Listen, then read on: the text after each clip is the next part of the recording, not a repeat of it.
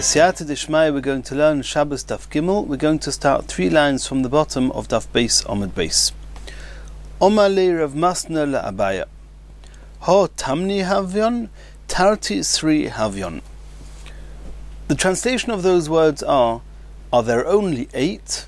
There are 12. Let's just quickly recap. In the Mishnah we learned on Daf Beis Amud Aleph, we saw there were 8 cases.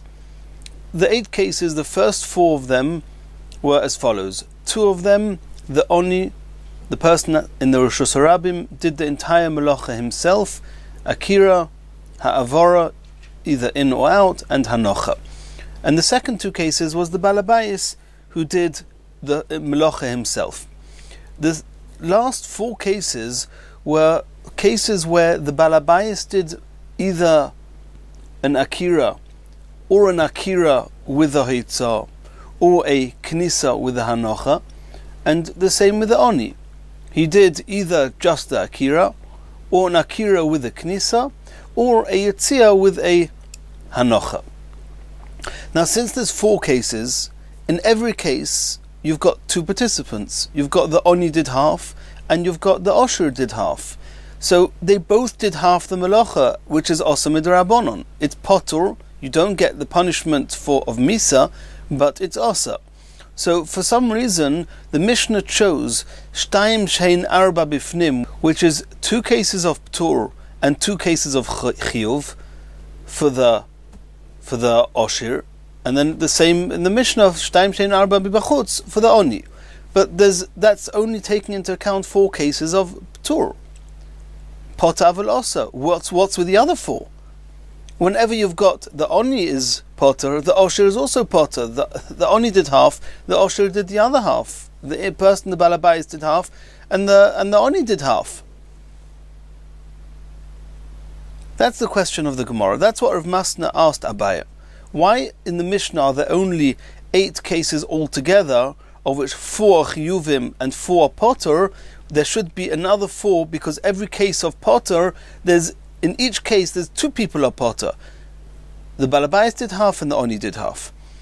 Says the Gemara, if you're already asking such a question, Shis Sri Havan, there's 16, because there's 8 cases in the Mishnah, and in all 8 cases in the Mishnah there are 2 people. So there should be 16. Omar le Holokashya. That one can answer. Bishlei Mabova Deresha, regarding the first 4 cases in the Mishnah, Potter umuter loikatoni. Because in the first 4 cases, either the Oni or the Balabayis is completely chayev, because he did the whole Malacha, and the other one didn't do an Akira or a Hanocha. So that's intrinsically mutter. So that wouldn't have to be said in the Mishnah. It's not also in any way. He didn't have a part in it, more or less. Elabova de Sefer, the Potter Aval Osor Kashya. In the second 4 cases in the Mishnah, where each one is Potter Aval Osor, because in each of the 4 cases both individuals did half of the Melacha, then each one is Potter Aval Osor. They had a part in the Melacha. It should have been mentioned in the Mishnah as Shtaim Shein Arba, Shtaim Shein Arba. It should be more than that. Another Gemara is interjecting that what does it mean when it says in the Reisha of the Mishnah, it says that the Oni Chayev Ubalabayis Potter, and the Gemara just explained that it means Potter or Mutter, because in that case the Balabayis didn't do anything. The Oni did the Akira and the Ha'avara and the Hanocha. The Balabayis did nothing. So the Gemara is asking, where do we find such a concept of the Mishnah using the term Potter, which means you're exempt, and it really means that it's permitted. Whatever you did was completely mutter. Mi'ika bekula Shabbos Potter or mutter? Va'oma Shmuel. Did Shmuel not say Kol Ptura de Shabbos every time it says Potter in the Mishnayos in Shabbos? Potter Aval Osa. It means it's Potter, but it's Osa. And here in the Mishnah you've got a case of Potter, and we say it means mutter. Bar Mihani Tlas, the only 3 times Shmuel says this, the only 3 times that it says Potter in the Mishnah and it means mutter is, the Potter or mutter is Tzeidas Tzvi, Tzeidas Nochosh Umapis Mursa, which are we don't need to go into the details now, but there's 3 times where, for whatever reason, it says potter and it means mutter. And our Mishnah is not one of them, so how can you say that in our Mishnah it says potter and it means mutter? Says the Gemara, Ki itzrich le Shmuel p'turid de ka'ovid maisa. The truth is, there are other cases that are potter and mutter. For example, our Mishnah. The reason Shmuel only mentioned those 3 is because over there, in each of those 3, the person involved did something, he didn't act. And therefore, Shmuel is telling us that whenever a person does an act, and consequent to the act, the Mishnah says potter, it means osor. Besides for these 3 cases where, in spite of the fact they didn't act, it's mutter. But however, but when it says potter in the event that the person involved didn't do anything, yiketuva. There's many cases, and one of them being our Mishnah. For example, the first case in the Mishnah that says the poshat onyes yodei lifnim v'nosan letoich yodei shel balabais, when the oni from outside lifts up his basket, takes it in, puts it down in the balabais' hands, it's the oni himself who did the akira, the knisa, and the hanocha. And the balabais didn't do anything, and therefore balabais is saying potter, it's potter and mutter. Mikol mokim tartis rihavyon. But the question of Rav Masna is still in place, that where there's still supposed to be 12 and not just 8. Says the Gemara, P'turei de osi behulu de chiyuv chatos kachoshiv, de loy osi behulu de chiyuv chatos loy kachoshiv. And this is what we mentioned on Daf Beis already at length, that the 4 p'turim which the Mishnah is referring to, 2 for the balabais and 2 for the oni, are the 2 which are the akiras. Because akira, when you lift up something from one domain, the object that was in one domain, you're lifting it up now with the intention of transferring it to another domain, it's only the lifting up that could ultimately bring you to do an entire malacha of transferring it and putting it down. So the Mishnah, when it says shehein arba, it means the 2 akiras of the balabais and the 2 akiras of the oni. But the hanochis and the cases in the Mishnah where either the balabais or the oni is only doing the hanocha, those are not mentioned in the opening lines of the Mishnah of Shtayim Shein Arba. That's how Rashi explains this Gemara. Continues the Gemara. The Gemara is going to discuss the concept of having a single malacha done by 2 people, how that works. Like we saw in our Mishnah, where there's a malacha called haitzah, which means transferring an object from one domain to another. This needs an akira, it needs to be lifted up, and it needs to be put down in the other domain. And the Mishnah discusses a case where one person does the lifting up, the other one does the putting down. Says the Gemara, Shneim Pturim. In a case where each do half a malacha, it's also for both of them. But they're both potter because neither of them did a full malacha. Asks the Gemara, V'ho is avidu malacha mi beinayu. Who cares that 2 people did it together? At the end of the day, it was between the 2 of them that a full malacha was done. They should have a shared responsibility in the full malacha, and they should both be chayev. Says the Gemara, no. Tanya Rebbe Omer. It says, we learn out from a pasuk. The pasuk says, "Ve'im nefesh achas techato bishkogo me'am ha'oretz ba'asoiso achas mitzvos Hashem asher lo yitzasenu va'oshim." And the pasuk says that in order to be able to be punished, it has to be ba'asoiso, that the entire deed was done, the doing of a melacha. Ha'oises kula, only somebody who does an entire melacha. Since each of the 2 individuals involved only did half of the malacha, in that case it's not called ba'asoisa. They didn't do the malacha, they only did part of the malacha, and therefore there's no chiyuv.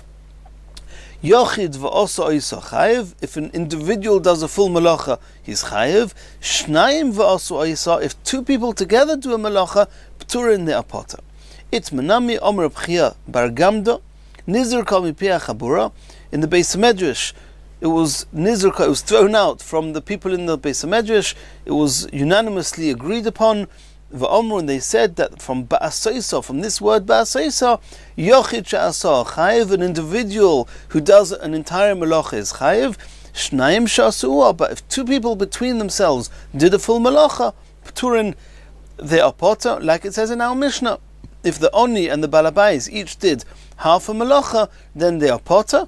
However, it is osur. Continues the Gemara.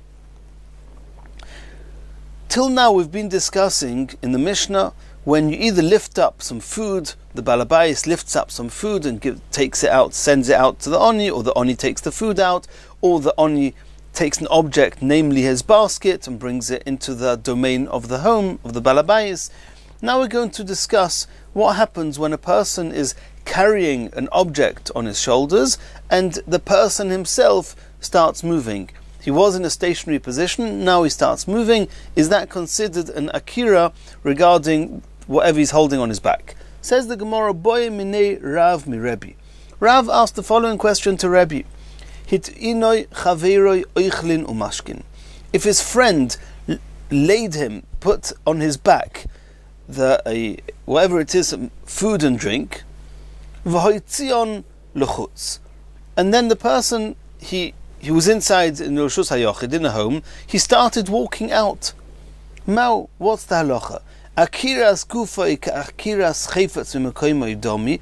Do we consider the fact that he transferred his body from one domain to the next, and he was carrying some objects? It's as if he transferred the objects, doing an akira and a hanocha, or mitchayev, and then he'll be chayev for hitzah, or dilma loy, or maybe no. Maybe it's true that he transferred himself from one domain to the next, but he didn't actually do an akira and a hanocha. He didn't lift up the object and put the object down. He didn't lift up the object at all because his friend put it on his back. All he did was he started walking. Is that called an akira or not? Omar lei chayev. Rebbe answered back to Rav, he's chayev. It's called an akira. Ve'einoi doime liyodoi. We saw in the Mishnah that if the poor man puts his hand into the home, an empty hand, and the person inside takes the basket or takes some food and puts it into the poor man's hand, and now the poor man removes his hand from the home back out to where he is, the domain he's outside, then it's not considered as if the poor man did an akira. We just assume that it's the balabais did the akira, put it into the poor man's hand, the poor man just did the yitzia and the hanocha. Why is that different to here, where somebody else puts the food and drink on the back of this person, the person starts walking to a different domain and puts it down? What's the difference between the hand of the poor man and the body of this person? Says the Gemara, it's not similar. Why? My time, what's the difference? Gufoi naich, yodoi loy naich. When a person puts something on a person's back, a person's body is totally stationary on the ground. It's stable, it's based completely on the ground. And therefore, when the person starts moving, he's lifted up. He's taken something from a stationary position to a moving position. That's called akira.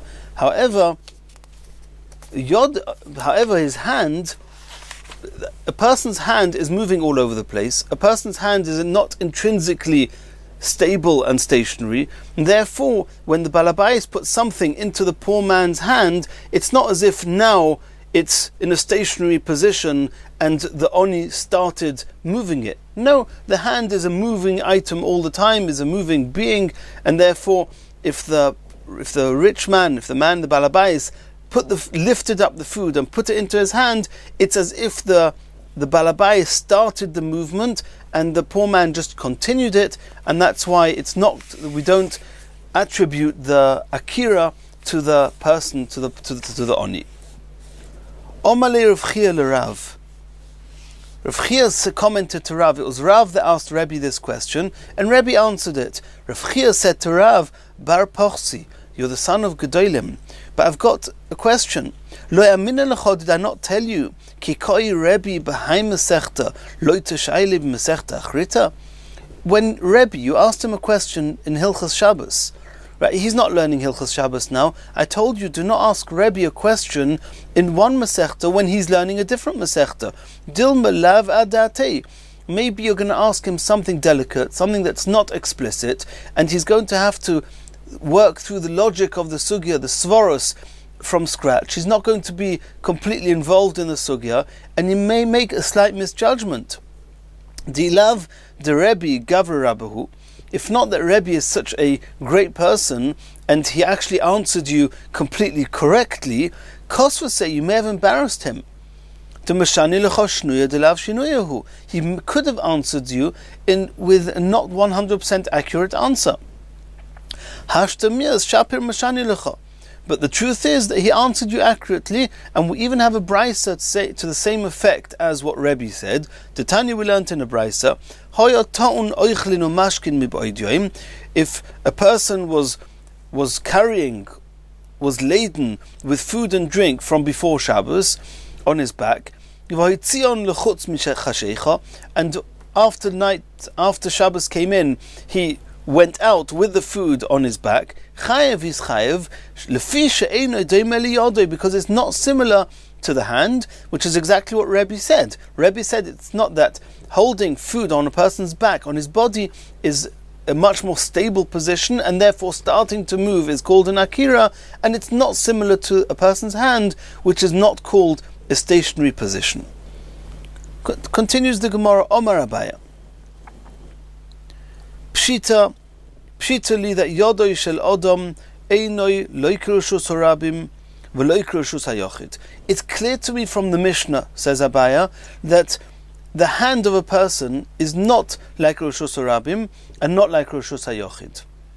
Which means if the person is in the Rishus Harabim and he puts his hand into Rishus Hayochid, his hand is not considered as an extension of the Rishus Harabim where his body is.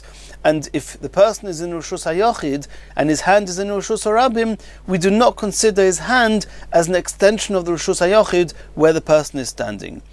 Rishus Harabim loidamya miyodoi de'oni. We know from the Mishnah that says that when the poor man puts his hand into the home, into the bayis, and the balabayis puts some food onto the poor man's hand, we don't say that the balabayis has done a hanocha in Rishus Harabim, even though the poor man is standing in Rishus Harabim. We say that the poor man is in the Rishus Harabim, his hand is not in the Rishus Harabim, and therefore it's called whatever you're going to call it, but it's not called a hanocha in Rishus Harabim.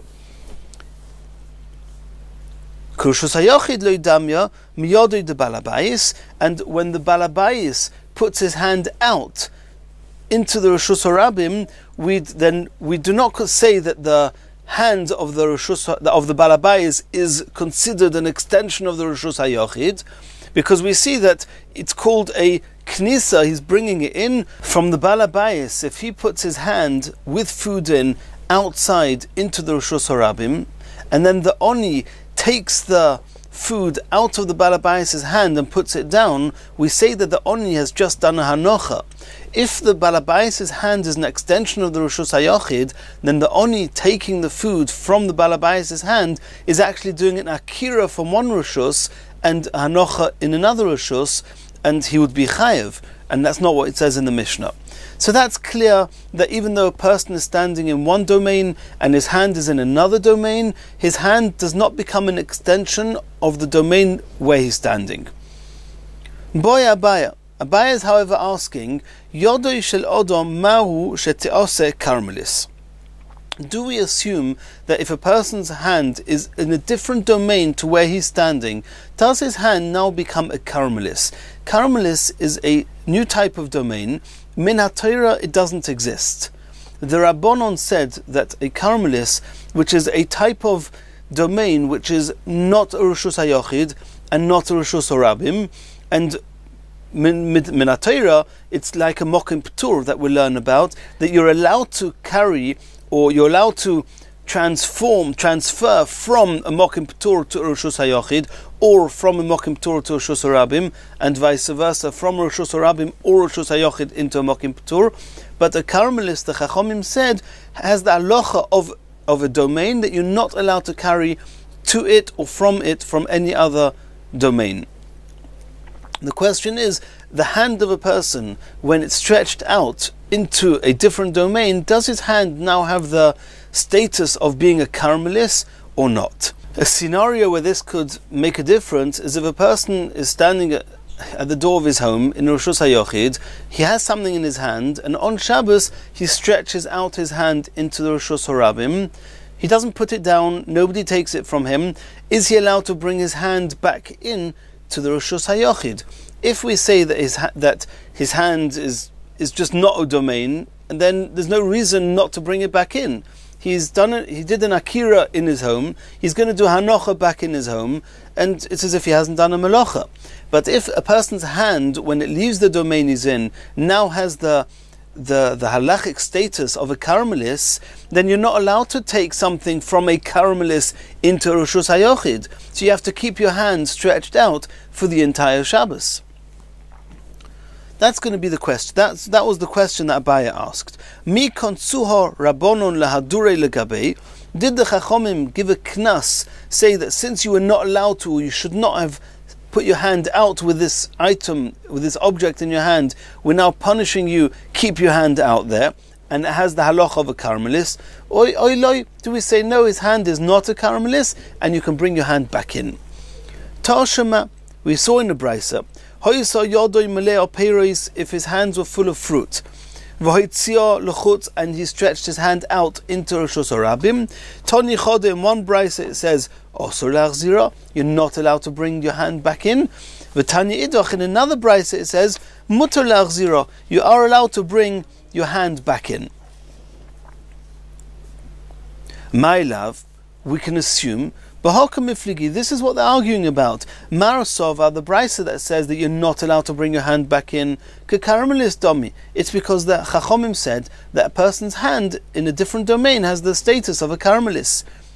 Or Marasova, and the Brisa that says you are allowed to bring your hand back in, Lav Kekaramelis domi, assumes that the hand is not a karamelis, and therefore you can bring your hand back in.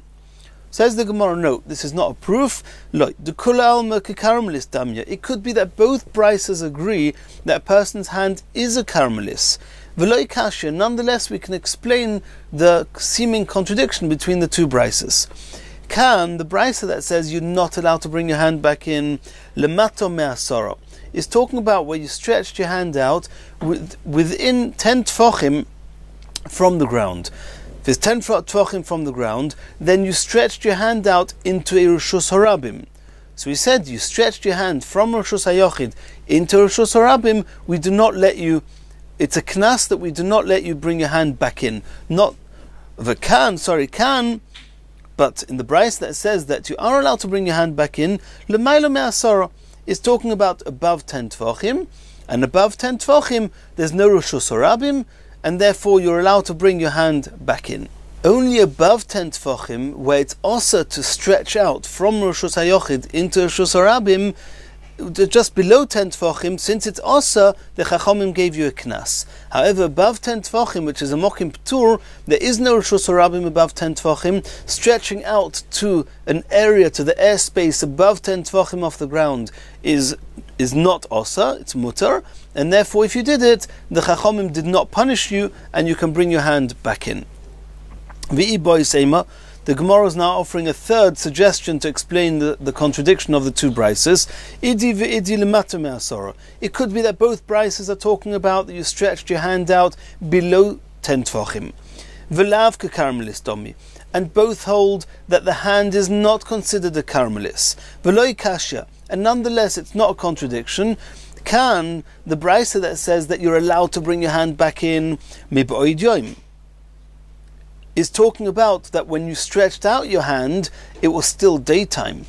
And since it was daytime, when you stretched it out, it was not osa. So now you can bring your hand back in. But the Brisa that says that you're not allowed to bring your hand back in is talking about where you stretched out your hand into the Rosh Hashanah when it was already Shabbos, you did an Issa, and therefore there's a Knas, you may not bring your hand back in. And that's what the Gemara explains. If you to put your hand out in the daytime, Lo konsu harabonon, the Chachomim did not give you a knas, mishechashecho, if you put your hand out when it was already night, konsu harabonon. Says the Gemara, Adarabba ibcha mistabra, logic would dictate exactly the opposite. Mib'oid if you put your hand, stretched your hand out in the daytime, if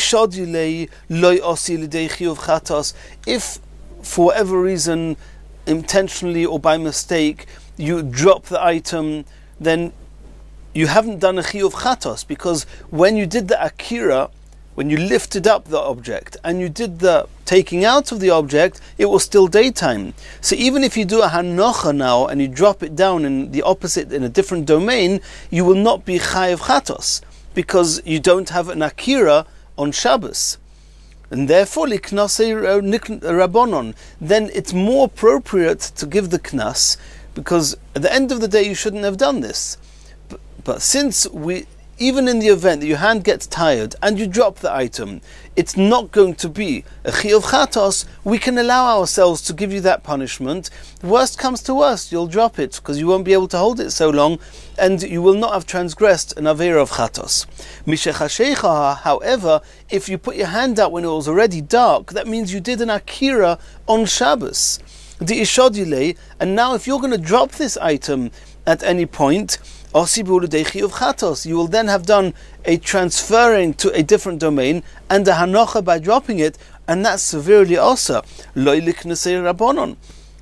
therefore the Rabbanon would not want to give a knas. We wouldn't want to take the risk of giving you a punishment that the punishment could make you transgress a very serious issa. So that's what the Gemara asked. Adarabba, why did you explain? Why did the Gemara explain that if you put your hand out in the day, since it wasn't an avera to put the hand out in the day, we're not giving you a knas, and at night we are giving you the knas? It should have said the opposite way around. And says the Gemara, since we do not say this logic that we just suggested now, then tivshoit de Rav Bivi bar Abaya.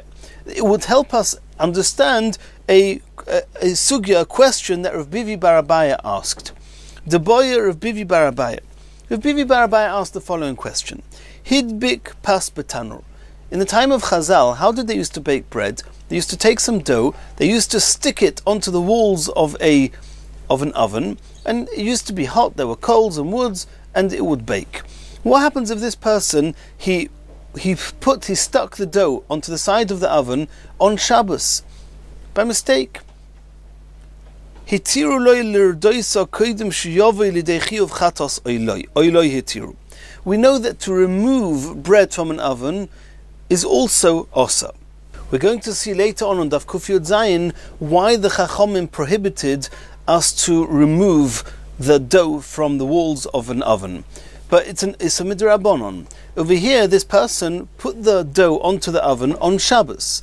If we're not going to allow him to remove it, then the dough is going to bake, and he will have transgressed a very serious avera of afia.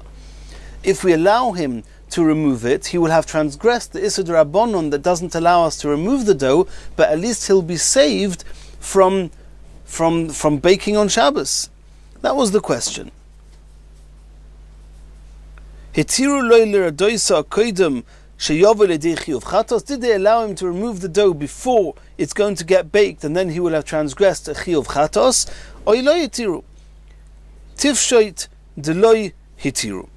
The logic that would have said that the Chachomim would not make their gezerah to forbid us to remove the bread in order, or they would not make the issa if it will save you from a serious issa, that logic is opposing the logic that the Gemara just said before. We just said before that if the person stretched his hand out after it became night, and if he's now going to drop what he's holding, he will be transgressing a serious melacha v'yitzah. That should be a reason that the Chachomim do not make the knas. But the Gemara didn't say that. The Gemara said that if he puts his hand out at night, which was osa, we do give him the knas, even though we take the risk of him then transgressing a serious issa. So with the bread also, he put the bread on. We're now not going to allow him to take it off, even though ultimately it's going to come to a very serious issa. So the fact that the Gemara did not say the suggested logic before will be proof to the answer to Rav Bivi bar Abaya's question. And the proof will be that we do not let him take it down. Says the Gemara, Holoi Kashya, V'tivsheit. Okay, very good. Rav Bivi bar Abaya asked the question. You have proof from our Gemara that he's not allowed to take the bread off. We're okay with the fact that you have a proof. Says the Gemara, V'i bois ema, or I can offer you a fifth explanation to explain the original contradiction between the two brises about the person who stretched his hand out, if he's allowed to bring his hand back in, and la'olam leitivshet. And according to this next explanation, then you won't have a proof to Rav Bivi bar Abaya's question. It was only according to the fourth explanation that says it's